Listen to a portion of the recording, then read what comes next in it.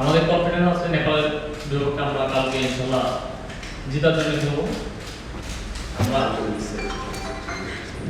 আমাদের strong side আমরা নেপালের স্ট্রং সাইড নেপাল ওরা অনেক ভালো খেলে, সুন্দর স্পিডি প্লেয়ার আছে অনেকগুলো, তারা সুন্দর একটা টিম।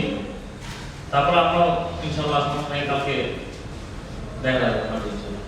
অবশ্যই ফাইনাল খেলা, ফাইনাল করতে হবে, তারপরে আমাদের জন্য গ্রুপের যে ম্যাচটা কাজ করে ওই ম্যাচটা আমাদের কিছু ভুল ছিল, ওই কারণে আমরা ম্যাচটা হারছি।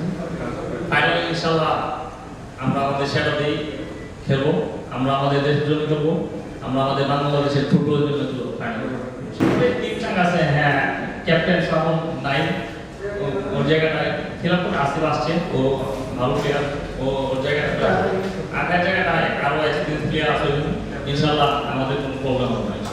Actually, our Sakib asked him to how to recover the goalkeeper position and the suspension like how will recover this. He told already who will replace our captain Savon. He already told he can capable. He capable to play and start the final match. And instead of Akai who will play, he also enough experience to play this match.